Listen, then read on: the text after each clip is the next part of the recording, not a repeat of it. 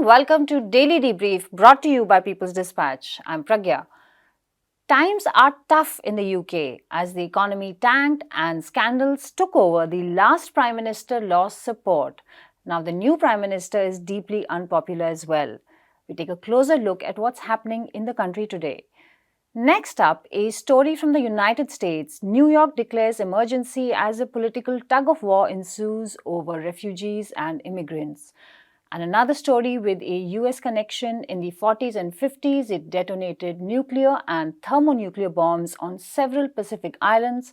Now, the UN Human Rights Council has adopted a resolution to help the Marshall Islands and other Pacific islands deal with the fallout. What is happening in the United Kingdom?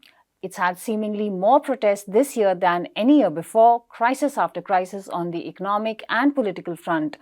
Finally, it got a new Prime Minister, Liz Truss, but she seems already to be struggling more than achieving. The latest is a withdrawn tax proposal that got the market's thumbs down. Let's ask Prashant from People's Dispatch for the lowdown. Prashant, not been a very easy going for Liz Truss. What's been happening in the UK? Right, so Liz Truss came to power because she was voted in by the larger Conservative Party base, and I suspect most of the lawmakers would maybe have preferred Rishi Sunak, her rival. And she came to power sort of, talking about a return to the Thatcherite ideology, so to speak, and a return to the conservative roots, etc., etc. But what it actually means in this context, in the context of the UK, is basically that you cut taxes and you create all kinds of benefits and welfare for the super rich in the hope that this will somehow percolate down or trickle down, and those who are poor will also benefit. Now, this is an ideology that has been completely discredited. This is a way of economics that even people who believe in capitalism no longer accept anymore. Right. So the fact that Liz Truss and Chancellor and her associates are going back to this ideology really shows the intense and complete bankruptcy of the Conservative Party right now. And I think the best example was in the fact that before the Conservative Party conference took place, she and Chancellor Kwasi Kwarteng proposed that the 45% tax rate for the richest people in the United Kingdom be abolished, which means, very simply put, the rich would have to pay far lesser taxes. And this she proposed at a time when what is called the cost of living crisis has been haunting the poor in British. Energy costs are already very high, inflation is high, people are really struggling, trade unions have been on the street, workers are protesting. At every level, there's mass discontent in society. Right. And the Prime Minister and the Chancellor of the United Kingdom have the audacity to suggest that the solution to this is cutting taxes for the rich.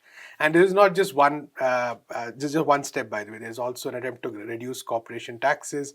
They're taking off caps on the kind of bonuses bankers receive. So it's a whole package which will seek to benefit the rich, and basically also which means it reduces the revenue the government gets. Now, these measures were so extreme that it was not only the workers and the poor people who sort of protested massively, even the markets, even even the high priests of capitalism, so to speak, rebelled, and there was a complete meltdown in the markets. The Bank of the United Kingdom Central Bank had to intervene, what is called quantitative easing, and in a very humiliating move, Truss had to and her Chancellor had to take a U-turn, as it's called, and withdraw that proposal of taking off the tax slab. So this is just one measure, but this is just a precedent in the sense that this has not stopped them from continuing with these ideas, from continuing with these proposals. They're going to do more of this, and they're going to run into more resistance from every level of society, including within their own party, because even those who accept this ideology are extremely worried about how it's going to look at a time when the poor people are really struggling in the country. So what we're probably going to see is months and months of these kind of policies which are very clearly anti-poor, which are clearly very anti-working class. There are also attempts to maybe reduce regulations on businesses, Right. and put more regulations on unionizing, for instance. All this together is definitely going to lead to much more mass protests. We had some protests recently. They're definitely going to continue. So all in all, we have a government which is completely out of sync with what the poor in the country want, which is completely wedded to the idea of providing benefits for the rich, to the extent that even some among the rich are concerned about how it's going to turn out. So what we have is a government which is extremely unpopular and which is heading in a direction towards disaster. Prashant, there's one policy on which it seems that there is some continuity or agreement, and that's on refugees. What are these policies? Right. So even as this kind of benefits for the rich continue, the new Home Secretary Suella Braverman and has basically pretty much made it clear that she's going to continue on the lines of her predecessor, that's Priti Patel. They're going to be even more harsher on those who are refugees coming to the United Kingdom. As we know, a lot of these refugees who come to the UK come through the English Channel. Many of them are extremely poor. Many of them are victims of trafficking, and they're just somehow struggling to move to a relatively safe space. And what the proposal is basically that anybody who comes to these routes will be denied the option of applying for asylum because they'll be considered illegal. Okay. And there's also the plan that Priti Patel had of sending some of these refugees to Rwanda, where their claims will be processed. Which was a shocking proposal, actually. Exactly. It was blocked at the last minute because of the intervention of the European Court. But this government is insistent on going forward with it. And this kind of, matches the rest of its ideology because it seeks to portray these migrants, these refugees, people who have nothing, as those who are coming for reasons of greed, for economic migrants, so to speak. Whereas the numbers show that's really not the case. Many of them, like I said, are victims of trafficking. Also, the fact that those who apply for asylum, most of their claims take a long time to be processed, much more than the law specifies that it should be. So these are a lot of poor people coming from various conflict hotspots, which the UK is involved in, by the way. So the UK has a responsibility to actually, address them. But this policy is, this hardcore right-wing policy of, cracking down on migrants, which is connected to the idea that these migrants are somehow responsible for all the woes of the people of the United Kingdom, is definitely going to continue. And Suella Braverman, the Conservative Party conference, when gave you all these numbers, illegal migration, the dangers of migration, etc. So this government definitely continuing with that line, which sort of matches what other conservative movements in governments in Europe are doing. Portray the villain, so to speak, the migrant, the person coming from the black or brown person, as the reason for all your problems. So in that sense, both the policy of, on the one hand, giving all these benefits to the rich and attacking your poor, and on the other hand, seeing migrants, seeing refugees, seeing those struggling as the cause of the problem. These are two connected issues. So there's going to be a lot of protests on that also. Many rights groups have approached various courts. There are going to be decisions on that soon. At the same time, it's very unlikely that unless there is strong legal intervention from some of these courts, that the government is going to change its mind. So a very difficult time ahead for many of these refugees and migrants who are coming from very poor backgrounds as well. Okay, Prashant. Bad for its own people, bad for migrants. That's absolutely. Thanks a lot for joining us. It turns out the position of the British Conservatives on refugees is not too different from their Republican counterparts. The number of migrants seeking asylum apparently hit a record high on the southern border of the United States this year, and US politicians, especially Republicans, are using this moment to play a deeply dangerous game of politics. A few weeks ago, we talked about how the governor of Texas was shipping busloads of refugees to New York and other places. In response, New York has declared an emergency. What's happening in the US? Anish from People's Dispatch will tell us more. Well, to begin with, it's an influx of refugees in the city that is overwhelming the refugee housing system that they have in place. What we need to understand is that New York is one of those many cities around the United States that have a sort of an asylum status for asylum seekers, in the sense that they can be there and they won't be checked. They won't face imminent arrest unless there are some pressing cases against them, just because their visas have expired, and a whole host of other factors that allow refugees to seek shelter that is safe for them, to go through the visa processes, to go through the refugee status process and application in a very peaceful and safe manner, that where their human rights are not violated. Now, and this is what the Republicans are trying to exploit at the moment. So we have heard about the thousands of refugees being bused to some of the major Democratic-run cities like Chicago, New York, Washington, D.C., which are also, as we need to know, are sort of the safe cities for asylum seekers. So this whole thing is an aim at targeting the entire refugee policy system that exists in these cities, primarily because of the residents and social movements there that have advocated for a more humane treatment towards refugees and immigrants in a manner that people's human rights are not violated, that families are not separated, so that children are not put into jail. These are very basic things that any civilized society should have. This is what the Republicans are trying to exploit. This is what they are trying to overwhelm, and obviously score political points in the upcoming elections. Right, Anish. So, is this actually about Democrats versus Republicans? What is really the main factor behind what we're seeing right now? Well, the main factor obviously is the upcoming midterms that we will see in a few months, in a month actually. That's barely less than a month. And within that span, the Republicans are pretty much doubling down, especially at a time when Republicans are being overrun by a more right-wing uh, disposition that supports the kind of policies that Trump had advocated for. And that is where pretty much the Republicans are doubling down on policies that they had advocated for while Trump was in power, which included separating families, putting children in prisons, which included intercepting thousands of refugees, cutting down on refugee quotas, and a whole host of other things that have actually made not just refugee lives, but also migrant lives in general uh, far more difficult, especially working class migrants who are also, in many ways, bedrock of many of the economies in the bordering regions in the United States. That is a different thing, but this is also something that Republicans do not want to talk about. On the other hand, we have Democrats kind of trying to grapple with the situation. For instance, one of the things that we need to understand is that as some 12,000 refugees were bused by the Republicans from Texas to New York City in less than a month. There has been very little support that has come from the state administration, which is run by Democrats themselves, and also from the federal administration, which is doing bare little to actually make things easier for these people who are being bused against their will, which is a violation of human rights in itself to begin with.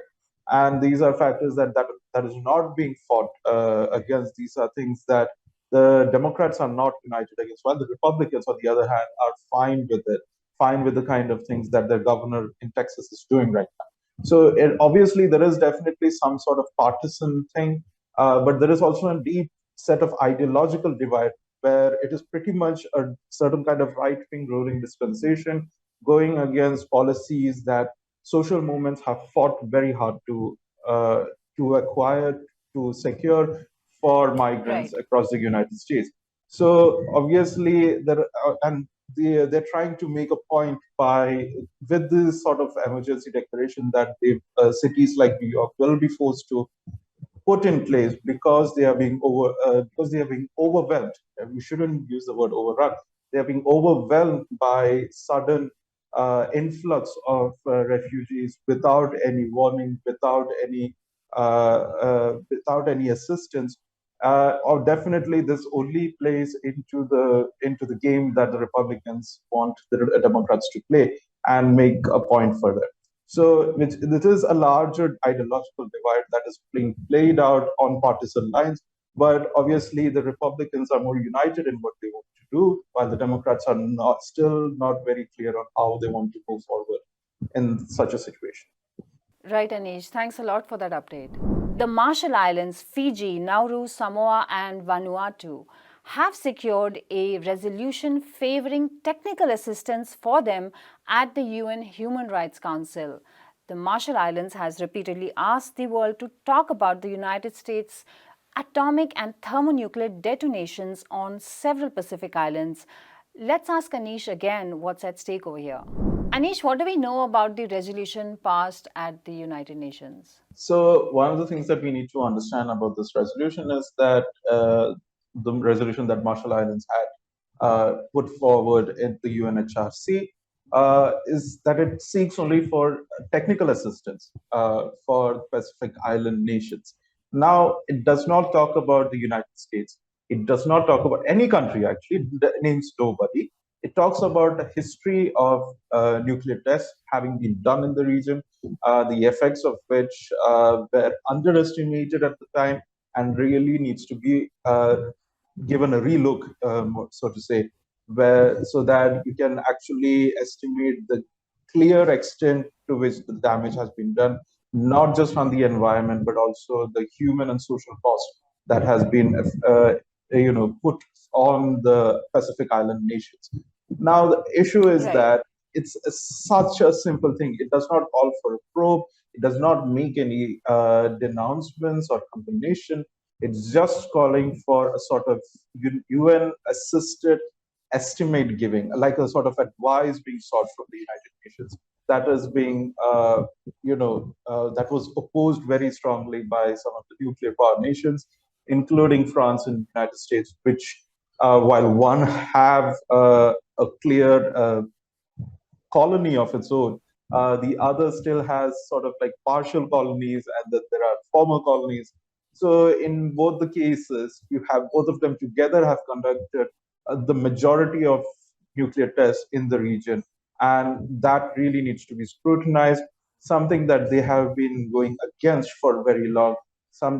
In fact, one of the defining contention of the debate at the time when the resolution was tabled was that the section which talks about the right to safe environment under the Human Rights Council Charter be taken out from the resolution, which is something that is Okay.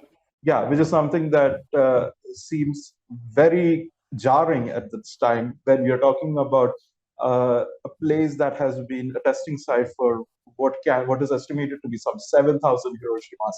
So we really need to, this is a larger question of imperialism mixed with obviously nuclear proliferation that has been going on for a very long time.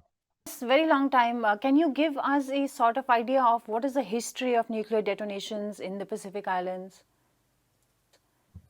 Well, it begins with obviously the very right after the Second World War, where the United States controlled what we call the Bikini Atoll, which is now the Republic of Marshall Islands.